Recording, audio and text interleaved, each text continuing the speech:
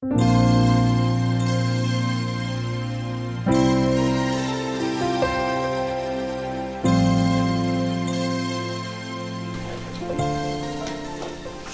반갑습니다.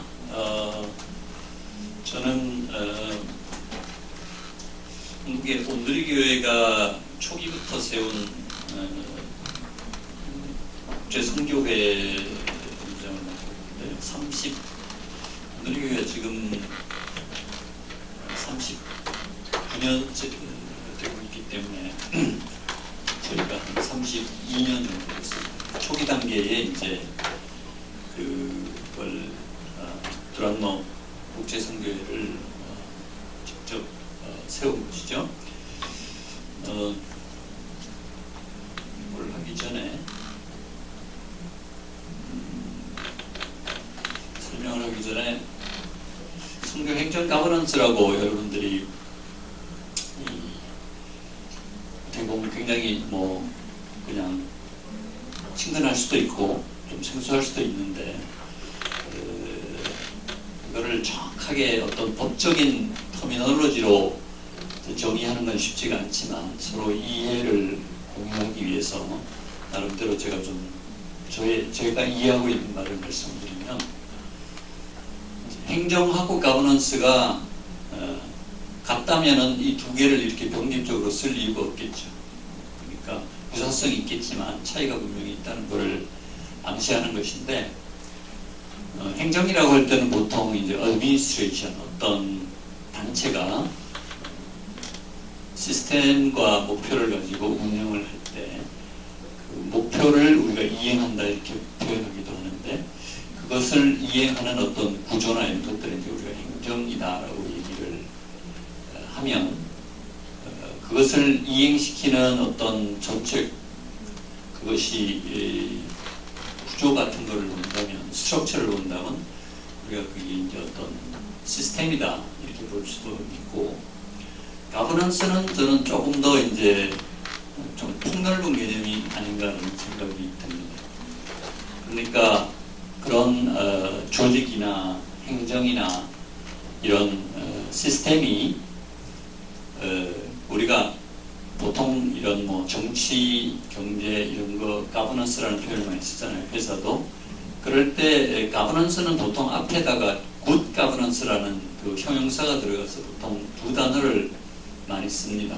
왜냐하면 가버넌스라고 하는 자체가 가치 중립적일 수도 있기 때문에 굿 가버넌스라고 얘기를 하는데, 그 얘기는 이 가버넌스가 목표를 달성하기에 가장 좋은 그런 어떤 운영, 제도, 시스템 이런 것들을 얘기를 한다고 볼 수가 있겠죠. 그래서 그 유행 같은 데서는 그 앞에 형용사를 쓸 때 굿 가버넌스라고 하는 일반적인 것도 있지만 inclusive라고 하는 표현을 쓰기도 하고, 또는 sustainable 지속 가능성, 그리고 accountable 책임성, 책무성을 쓰기도 합니다. 어쨌든 가버넌스는 어떤 기관이 그것이 운영되는 방식 또는 소통의 방식까지도 포함하는 조금 폭넓은 개념일 수가 있고, 저희가 얘기하는 것은 어떤 단체의 가버넌스도 중요하지만, 이제 우리가 아까 얼라이언스 개념도 있지만은 조금 더 네트워킹으로 확대되는 그런 것들도 가버넌스의 중요한 영역이 되지 않을까 하는 생각입니다. 요게 별도로 이렇게 항목을 하는 의미는, 우리가 선교 전략이나 선교 정책이라고 하는 표현을 쓰는데 그거하고는 조금 다른 차원의 것이기 때문에, 우리가 어떤 기관이든 이 시스템이 안 갖춰졌을 때 오는 그런 혼란이나 비효율성 이런 것들이 있기 때문에 저는 이 부분을 굉장히 중요하다고 그렇게 생각합니다. TIM과 온누리 교회에 대해서 좀 말씀을 드리면요, 우리 모달리티, 소달리티라는 개념을 많이 쓰는데,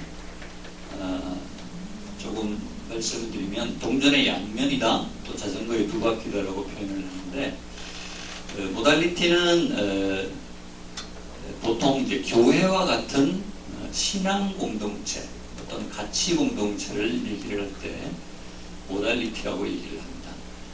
거의 변화가 없는 것이죠. 하나의 뭐 운명 공동체라고 볼 수도 있고, 그 다음에 믿음 공동체라고 볼 수 있고, 신앙 공동체라고 볼 수 있는 것이죠. 그리고 대표적으로 교회인 것이고, 목표 중심적 선교단체를 이제 소달리티라고 얘기를 합니다. 목표가 있고 그것을 달성하는 방법이 있고, 그래서 소달리티는 굉장히 구체적인 그런 목표를 가지고 나아가는 것입니다. 이 두 가지를 서로 같이 상대가 이게 있다는 것을 인식을 해서 이제 우리가 같은 목표와 배를 타고 간다라는 이런 협력 관계를 확인하는 것이 이제 필요하다는 것입니다. 랄프 윈터가 이 모달리티 소달리티 관계를 많이 강조를 했는데, 하임조 목사님은 상당히 오래전부터 이 하 목사님이 가지고 있었던 CCC의 그런 영성을 가지고 교회와 선교단체적인 이 양면이 조화를 이루어야 된다는 그런 인식을 갖고 있습니다.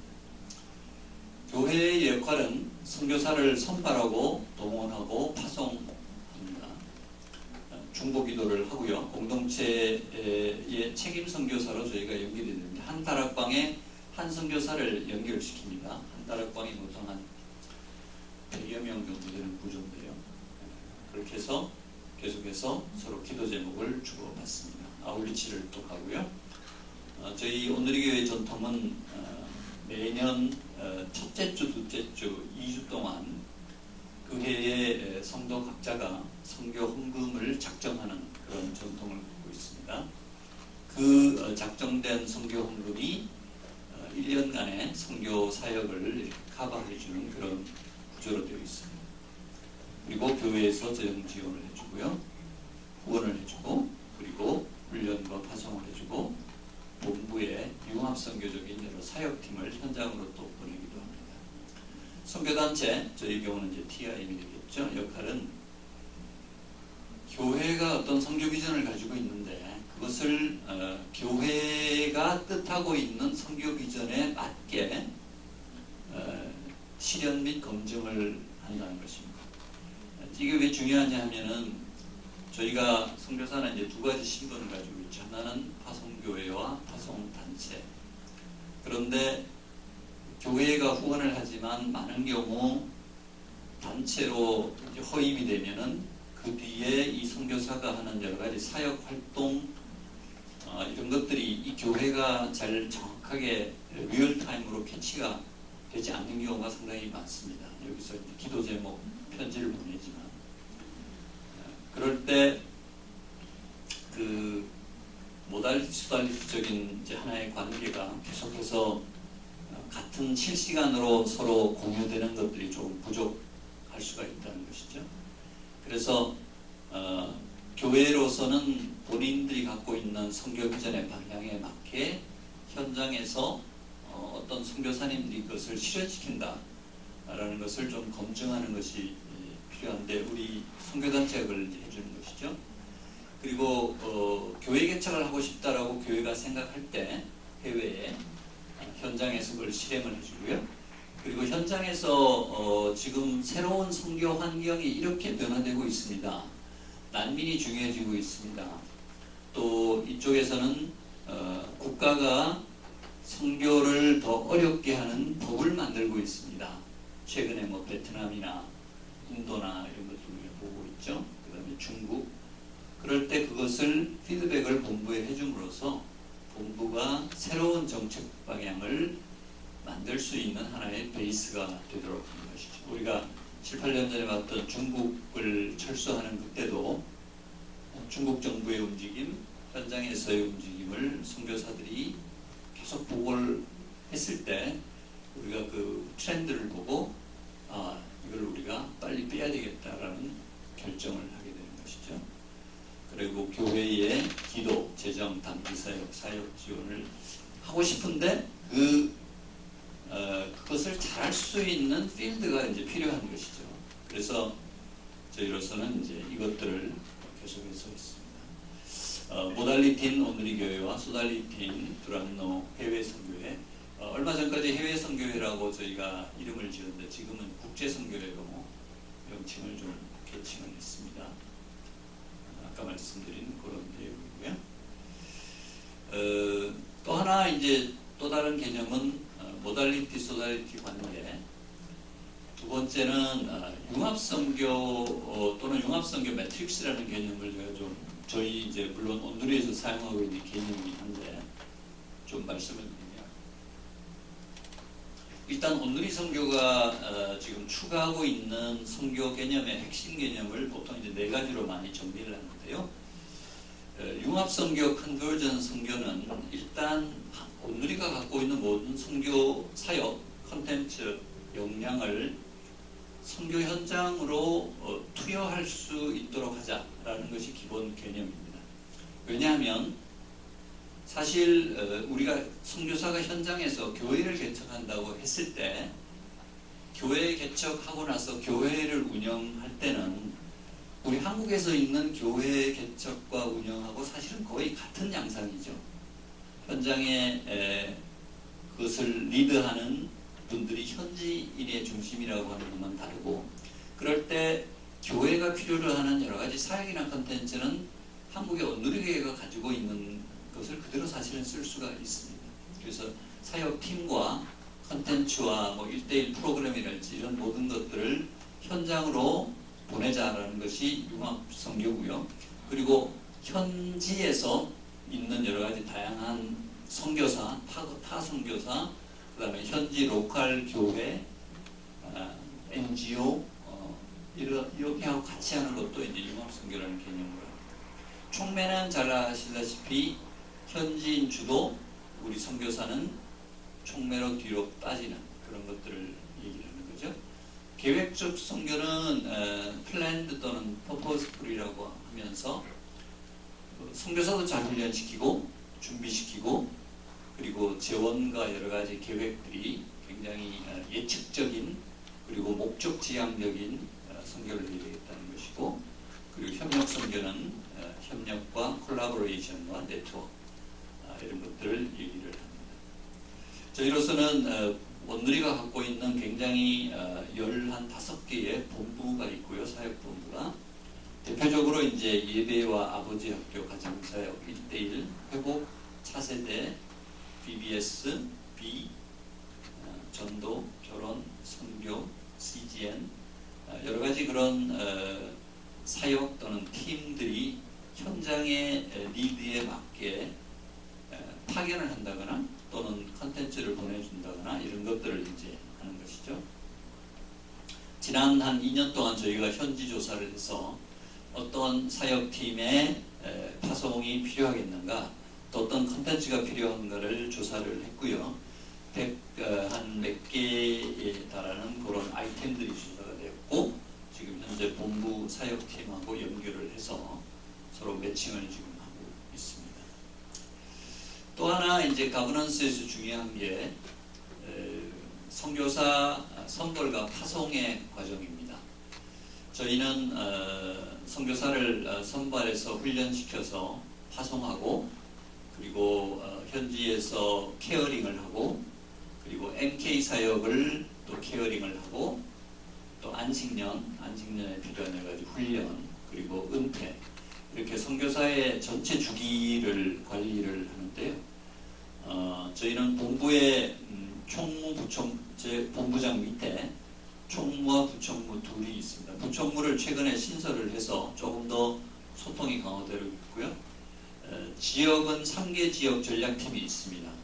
동북아시아, 그리고 서남아, 동남아, 그리고 아프리카와 소아시아, 중동권을 커버하는 데가 있고요. 그리고 기획동원팀, 지원관리팀 이렇게 있습니다. 기획동원과 지원관리 이 부분을 좀 합치면 어떻게 보면 이제 가버넌스하고 연결되는 것이라고 볼 수 있겠죠. 저희가 이제 매뉴얼이 있고요.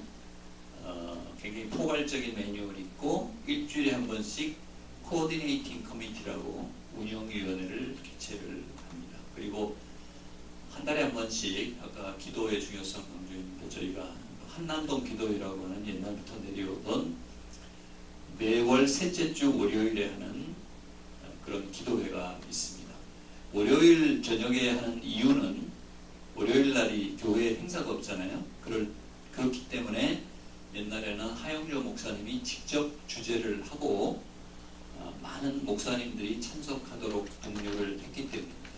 월요일날 저녁에 하기 때문에 익스큐즈를 찾기가 좀 어려운 것이죠. 그런 식으로 하고 3개월에 한 번씩 분기별 이사회가 개최가 됩니다. 그리고 저희는 좀 특이한 제도 하나가 청년 단기 선교사로 프론티어 에이전시라고 하는 FA 제도를 갖고 있는데요.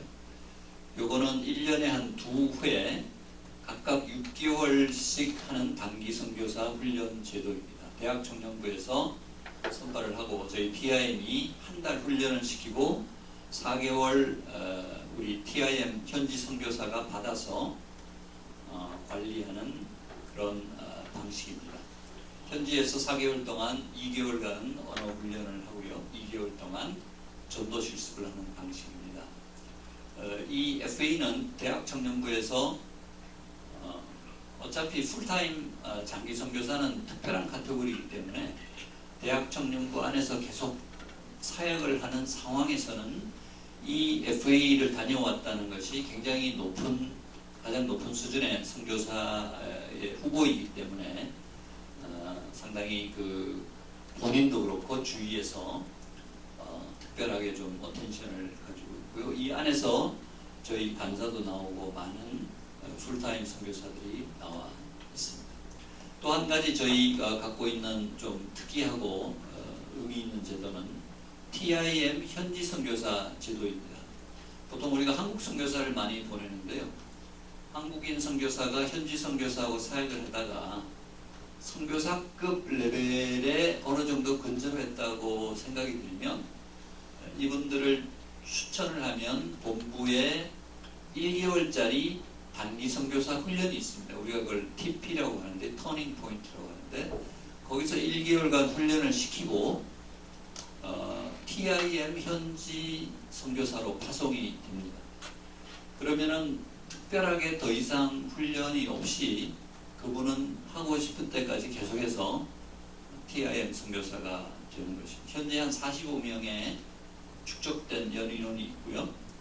사실상 한국인 선교사와 스테이터스 차이가 없습니다. 물론 나라에 따라서 협력의 강도가 차이가 나는 것은 당연한데 특히 저희 선교가 빨랐고 현지화가 많이 된 몽골 같은 경우는 울란바토르의 대표적인 큰 교회와 다랑이라는 두 번째 큰 도시의 선교 교회가 현지인 젊은 목사에 의해서 이제 대체가 됐는데 이 두 분이 TIM 현지 선교사입니다. 그분들은 이제 보이스업을 높여서 같이 동역을 합시다. 그리고 어떤 예산이나 내년도 여러 가지 사업 계획에 같이 논의를 하고 같이 결정을 합시다라고 되고 있습니다. 저는 그것은 상당히 건강한 관계라고 생각이 들고 앞으로 다른 나라에도 그런 방식이 계속 될 걸로 저희가 생각을 하고 열심히 하고 있습니다. 전문인 자비량 그리고 50세 이상의 시니어 갈렙 그리고 전문인 일반 여러 가지 분야의 교수 요원 등 이런 과정들이 준비되어 있고요. 그리고 이제 역량 강화에 관한 또는 복지에 관한 여러 가지 상담에 관한 내용인데요. 특별히 제가 왔을 때 이제 이렇게 봤을 때 우리가 역량 강화에서 가장 중요한 게 무엇인가를 생각했을 때 현지 언어 훈련이라고 생각이 듭니다. 그래서 이 부분은 저희가 들여다봤더니 아까 제가 말씀드린 대로 이게 교회와 선교단체가 약간의 이렇게 뭐 양분하라 그럴까요? 이렇게 돼 있는 모달리티가 그렇게 아주 이렇게 아주 근접하게 협력이 되는 게 쉽지는 않습니다. 특별히 교회는 매달 일정액을 주는 후원금이 메인 거고요. 선교단체는 아까 얘기했던 뭐 행정비를 통해서 또 관리를 하는 그런 시스템이 일반적이지 않습니까? 그리고 이제 사역비라고 하는 것은 어떤 특정 사역을 위한 뭐 여러 가지 개인 후원이나 이런 방식을 이제 쓰는 것인데, 그렇기 때문에 이 언어 훈련을 누가 어떻게 하는가라는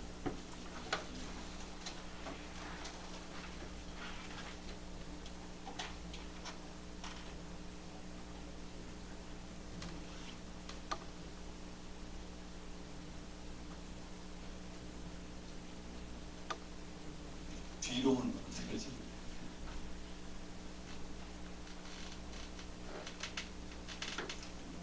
네. 그래서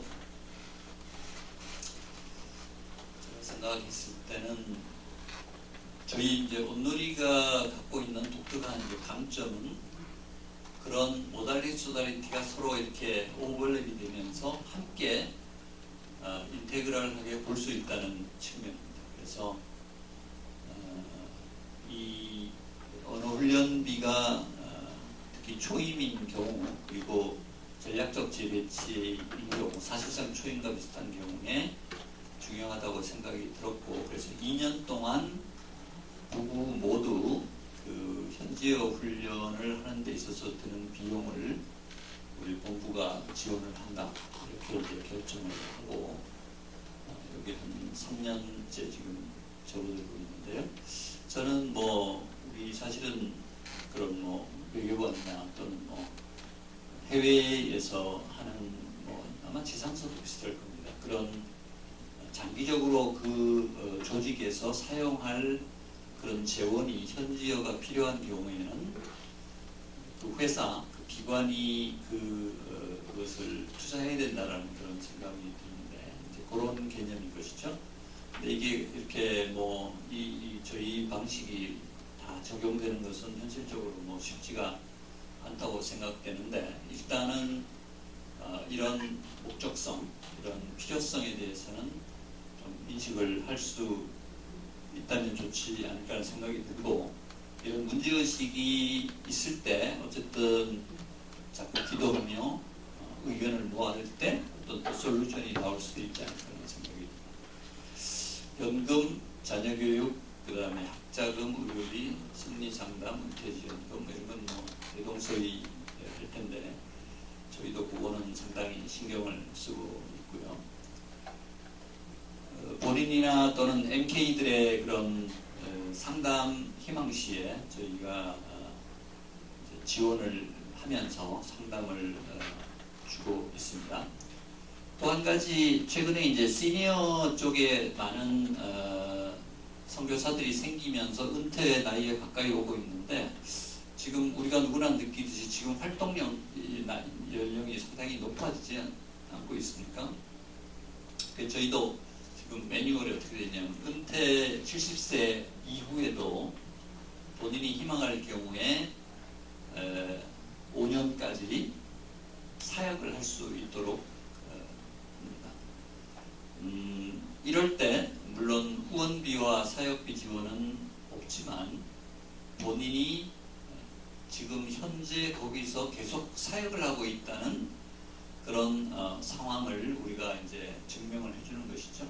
그럴 경우에 그분이 본인이 갖고 있는 개인적인 네트워크나 또는 제3의 어떤 단체나 이런 쪽에 사역비에 관한 또 일부 후원에 관한 그런 요청을 할 수 있는 이제 베이스가 될 수 있다는 것이죠. 네, 그래서 그걸 저희가 갖고 있고요. 그 다음에 이제 MK에 관련된 것들을 저희가 따로 담당자가 있어 열심히 노력하고 있는데, 심리 상담은 당연히 이제 주고요. 대학 진학 직전에 저희가 이제 전문 진학 상담사가 와서 그것을 다 설명해주고 많이 해주고 있습니다.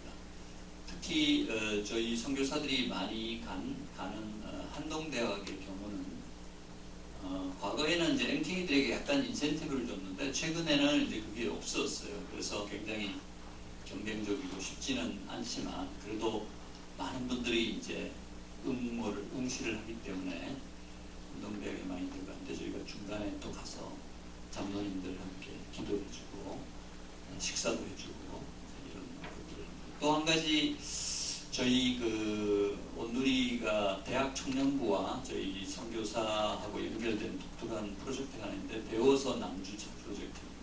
배낭프라고 하는데요.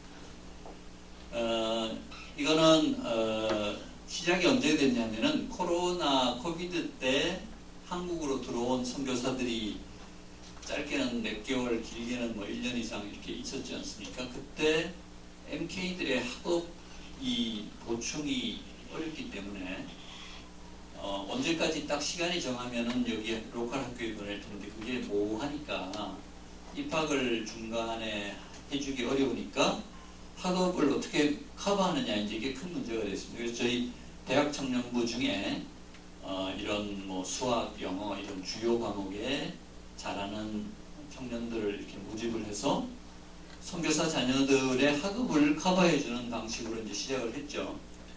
그러다가 요거는 이제 1대1로 하게 됐습니다. 왜냐하면 그때 이제 대면 이게 잘 안 되니까 1대1로 붙여서 멘토와 멘티를 하자. 그래서 학업도 가르쳐주고 개인적인 멘토링, 영성에 관한 부분도 신앙에 관한 부분도 함께 하도록 했습니다. 상당히 반응이 좋아서 그 뒤에 코로나가 없어져도 지금까지도 계속 되고 있고요. 대학 청년부에서는 이걸 해보니까 이게 상당히 확장성이 있다 이렇게 판단이 들어서 지금은 거의 뭐 본부처럼 하나를 만들었어요. 여기 뭐 조직도 많이 하고 이제 중요한 게 뭡니까? 가르치는 멘토가 많이 확보돼야 되고 두 번째 좋은 소위 클라이언트라 이분들이 와야 되겠죠. 이 대상은 무궁무진합니다. 사실은 우리 MK뿐 아니고 이주민 자녀, 특히 뭐 중도 입국 자녀랄지 그렇게 스트럭을 하고 있는 어려움, 그 다음에 뭐 또 부모가 한쪽이 뭐 없거나 이제 이런 여러 가지 다양한 어려운 계층 그런 분들을 이렇게 붙여서 이렇게 영역을 점점 좀 확대해 나갈 수가 있고요. 그리고 그런 리드가 많을수록 멘토를 뽑는 것도 그렇게 어렵지 않은 게 온누리 대청이 뭐 10,000명도 넘어가고 정말 임원이 많은데 자기가 어떤 분야의 전문성이 있는데 이거를 의미 있는 것에 내가 쓸 수가 있거나 자기가 어차피 뭐 아까 FA나 이런 선교사로 나가기가 어렵잖아요. 여러 가지로 직장도 있고 여러 가지 준비를 하고 있다면 공부를 한다면 근데 이거는 온라인으로 일주일에 한 차례 두 차례 하는 거니까 이건 할 수 있겠다. 그래서 생각보다 많은 사람들이 자기의 전문성을 이용해서 그런 어려운 상황에 있는 자녀 아이들을 제가 가르치고 또 영성 그것도 하겠습니다. 그래서 상당히 의미 있는 것으로 지금 발전이 되고 있습니다. 그리고 저희 안에 이제 이런 소통 제도가 있는데요. 리저널 코디네이터와 그 다음에 스트래티직 코디네이터 이 전략 팀 제도를 갖고 있는데 많은 선교단체들이 이 ST라고 하는 이런 제도를 갖고 있을 거라고 생각이 듭니다. 8개 지역 코디와 리저널 코디네이터와 그 다음에 TIM은 한 7, 80개 이상의 지금 ST를 저희가 갖고 있고요. 국가는 저희가 54개국에 450명을 구성하고 있습니다. ST별로 스트래티지 코디네이터가 있고요. 팀원은 우리가 코워커라는 개념으로 이렇게 있습니다. 현장에서도 ST를 중심으로 계속 협의를 하고 있죠. 그 다음에 지역 8개, 주요 뭐 동남아, 서남아 이렇게 해서 또 RC가 함께 코디하고 그리고 본부 저와 8개 지역 코디 간에 이 회의, 화상회의가 매월 한 번씩 있습니다. 그래서 중요한 사항을 계속 하고 있고요. 지역별로 보통 한 2년에 한 번씩 제가 현장에 출장을 가서 그 지역에 있는 분들을 한 도시에 다 모아서 대면 전략 회의를 하게 됩니다. 이 ST 제도에 잠깐 말씀드리면 저희가 이게 도입된 게 아주 초기부터 한 건 아니고요. 오늘이가 30주년 2015년에 ST 제도를 도입을 했습니다. 장단점이 많이 있는데요. 아무래도 단독 사역보다는 그래도 팀 사역을 하는 것이 좋겠다. 이렇게 해서 영적 문제, 그 다음에 사역이 미진한 부분, 여러 가지 재정적, 사역적 책무성, 이 어카운터빌리티 때문에 이거를 도입을 했습니다. 물론 원래 이 ST 제도는 처음에 한 사람이 가서 특정 도시에 전략을 짜고 돌아와서 보고를 하고 오케이가 되면은 팀원들이 쭉쭉 파송이 돼서 그 한 도시에서 한 큰 사역을 가지고 서로 공유하는 그런 것들이 이상적인 것이죠. 근데 이미 저희는 따로따로 있기 때문에 쉽지가 않았지만 그래도 이걸 하는 것이 좋겠다라는 것이 있기 때문에 어떤 것은 조금 느리고 어떤 것은 상당히 이제 원래 취지에 맞게 이렇게 나가고 있습니다. 큰 틀에서 매크로를 할 수 있고요. 또 하나 그 장점은 이 STSC가 한 4-5 유닛으로 구성이 되어 있지 않습니까? 그럼 어떤 지역의 국가의 ST가 하나다. 그러면 SC 한 명에 코워커가 5명이지 않습니까? 레바논에 예를 들어서 하면. 그러면은 이 SC가 하나의 단위 조직의 일종의 지부장 같은, 우리 지상서로 하면은 법인장 같은 이런 개념을 갖는 것이죠. 그래서 제가 그걸 많이 강조를 합니다. 당신은 거기 로컬에 여러 가지 NGO나 교단이나 이런 쪽하고 협의를 할 수 있는 TIM의 레바논 레프레젠테티브다. 이렇게 스스로가 생각을 하고 그런 협상력이 있다는 것을 제가 얘기를 해줍니다. 그렇게 그런 마음 자세를 갖고 있는 것과 아닌 것은 차이가 큰 것이죠. 개인적으로 있을 때는 그런 협상력이 좀 약화될 수 있어요. 당신이 뭐 어떤 자격으로 나한테 왔느냐. 그렇지만 SC라고 하는 것은 또 훨씬 더 높은 그런 협상력을 보여줄 수 있기 때문에 저는 이거는 의미가 있다고 생각을 하는 것입니다. 그리고 콜라보레이션은 여러 가지 각각의 장점들을 하는 것이 있는데 또 플랫폼 사역이 최근에 많이 있지 않습니까? 플랫폼의 특징은 문제점이 있으면 거기에 어떤 자원들이 올라오고 거기에 해결책까지 원샷으로 해결할 수 있는 거기 때문에 난민 사역이나 이런 것들에 있어서 상당히 중요한 것들이 있을 것 같고요. 또 최근에 저희가 조금 포커스하는 것은 현지 법인화를 굉장히 좀 저희가 적극적으로 추진을 하고 있습니다. 여러 가지 그런 법적 안정성 그리고 비자 체류 취득의 문제 이런 것 때문에 TIM 코트디부아르, TIM 탄자니아, 케냐 이렇게 여러 곳을 하고 있고요. 그럴 경우에 훨씬 더 그런 안정성이 생기게 됩니다. 그리고 지금 이제 가버넌스가 약간 좀 확대되는 개념인데요. 여기 우리 단체 안에서의 가버넌스를 좀 벗어나면은 저희 그 가버넌스 중에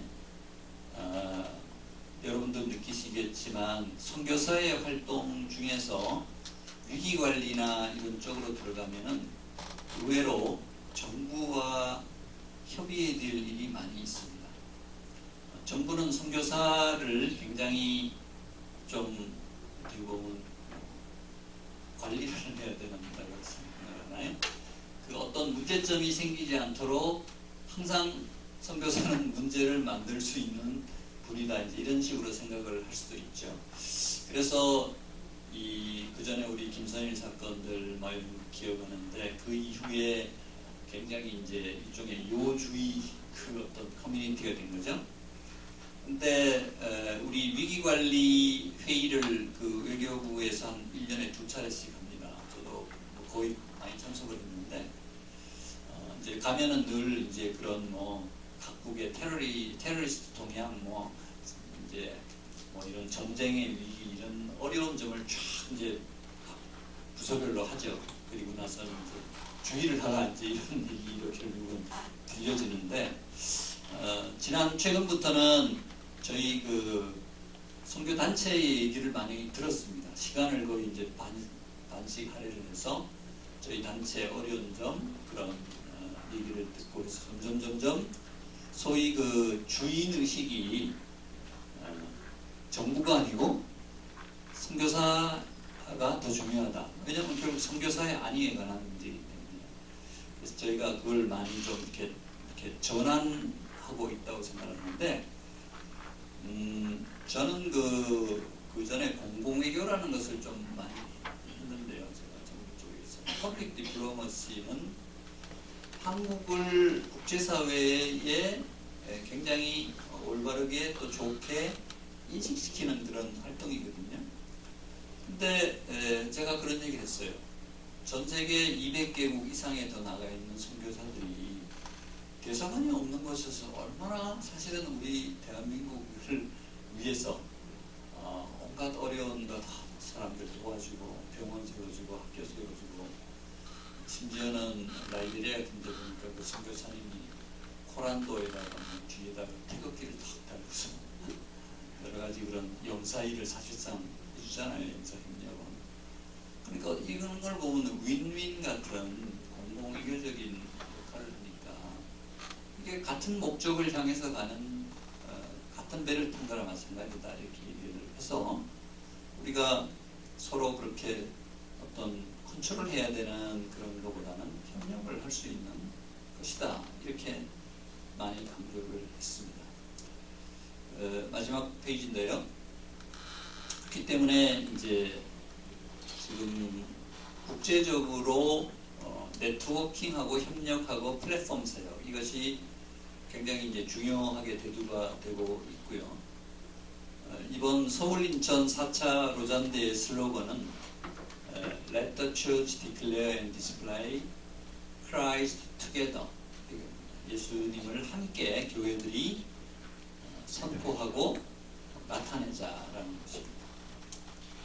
together라고 하는 그런 단어가 특별히 눈에 띕니다. 선교 현장에서는 우리 선교사, 다른 나라 선교사, 국제단체, 교단, NGO 모든 스테이크홀더들이 서로 협력하고 네트워킹을 극대화할 필요가 있고요. 특히 난민의 경우 새롭게 대두되고 있는 중요한 문제인데 여러 공적인 UN, EU 등 기관 그리고 법률 인도적 지원에 능력이 있는 여러 가지 NGO나 또는 변호사 이런 분들하고 함께 협력할 필요가 있고요.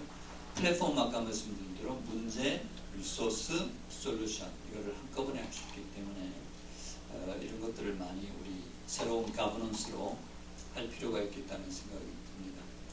저희는 특히 MOU를 여러 기관하고 체결을 했는데요. 대만에 제이미 테일러 원장이라고 허드슨 테일러 5대 손인데요. 중화복음 신학원하고 MOU를 체결해서 다양한 활동을 하고 있습니다. 공동체 성경 읽기를 하는 그레이스 앤 놀시하고도 하고 있고요. 인도네시아 하카이 교단 그리고 레바논의 연합교단하고도 계속 협력을 할 예정입니다. 서울 로잔 대회 잠깐 말씀드리면 이제 9월에 서울 선언문 행동계획 대사명 현황보고서를 채택할 예정인데 저는 뭐 이거를 가버넌스라고 볼 수도 있겠지만 크게 보면은 이제 큰 글로벌 사우스로 중심축이 이동이 되면서 다국 중심 폴리센트릭 미션이 이제 본격적으로 시작이 되는데요.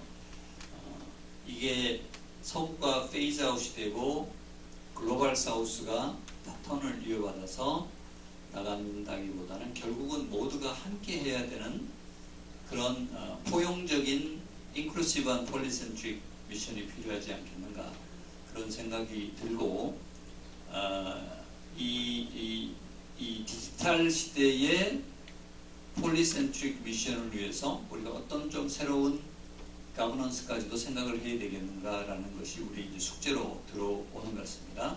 새로운 선교 어젠다로 디지털 시대의 선교, 청년 등 다음 세대의 선교, 그리고 최근에 로잔에서는 시니어 선교가 상당히 중요하게 대두됐다 라고 얘기했고요. 그 다음에 마켓플레이스 선교, 총체적 선교, 난민 이주민, 디아스포라, 기후변화, 그리고 레디컬 폴리틱스라고 하는 공산 전체주의권, 그리고 여성의 인권, 그런 것들이 있고요. 중국의 가정교회 대표가 이번에 참석할지 그것도 상당히 귀추가 주목이 되고 있습니다. 서울로전이 마침 열리기 때문에 이 발표문들이 가버넌스 쪽에 개별적 또는 지역적 글로벌적인 가버넌스에도 어떤 영향을 미치는가 한번 볼 수 있으면 좋을 것 같습니다.